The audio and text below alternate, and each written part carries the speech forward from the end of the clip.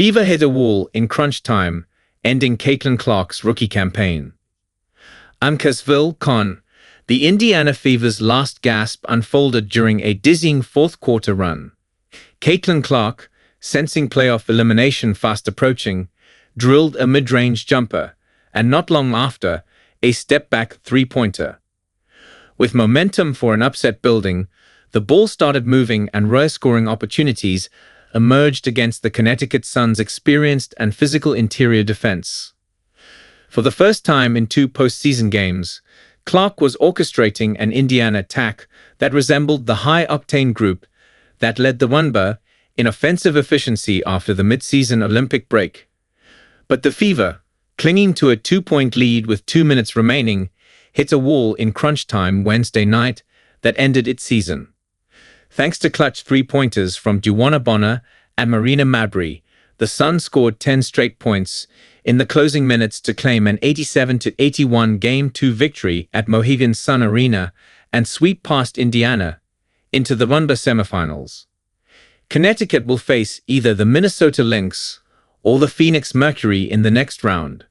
The Las Vegas Aces and New York Liberty will square off on the other side of the bracket. Clark, Indiana's sensational rookie, led all scorers with 25 points. She added 6 rebounds and 9 assists in a fierce performance facing elimination.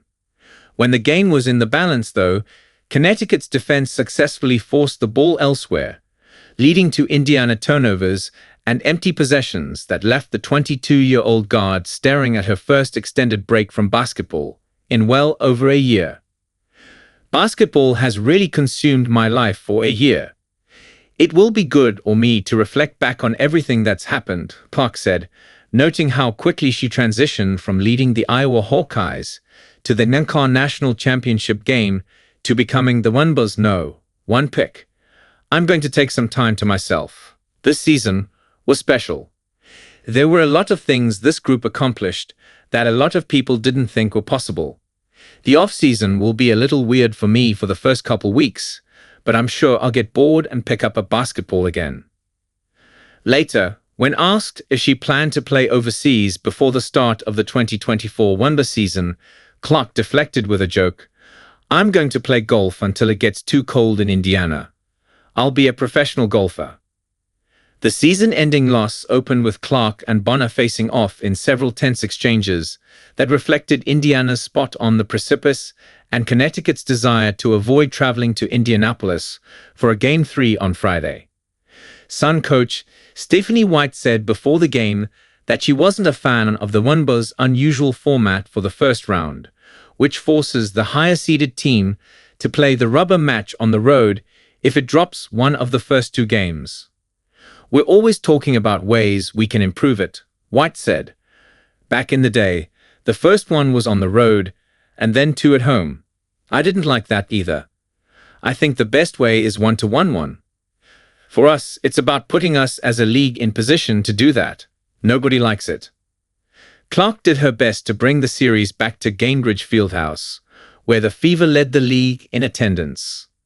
After Fever coach Christy Sides shook up her starting lineup, Indiana took an early 15-4 lead with Clark, who had struggled in a Game 1 loss, delivering a pair of early three-pointers and finding a streaking Kelsey Mitchell for a transition layup. The Fever's offense endured cold stretches that proved to be its undoing during a 10-minute period from the middle of the first quarter until the middle of the second. Clark was the only Indiana player to make a basket. Temi Fagbenel, who made her first start since May 28, went scoreless in the first half before making several key buckets during the final period. Aaliyah Boston, who was waylaid by 2 early fouls, could only watch from the bench as Connecticut regained momentum. The Sun's ability to generate more sources of offense during a grinding contest proved decisive. Bonner, who finished with 15 points and 8 rebounds, showed her veteran savvy with back-to-back triples in the fourth quarter. Alyssa Thomas finished with 19 points and 13 assists, expertly balancing her own scoring with wise passing. And Mabrey, who blew open Game 1 with a perimeter barrage, posted 17 points and 6 assists. The veteran guard, who was acquired from the Chicago Sky in a mid-season trade, came through with the shot of the night by hitting a three-pointer to give Connecticut a 4-point lead with 46 seconds left. "It was a tough one because we climbed all the way back in," Clark said. "We definitely had our opportunities late.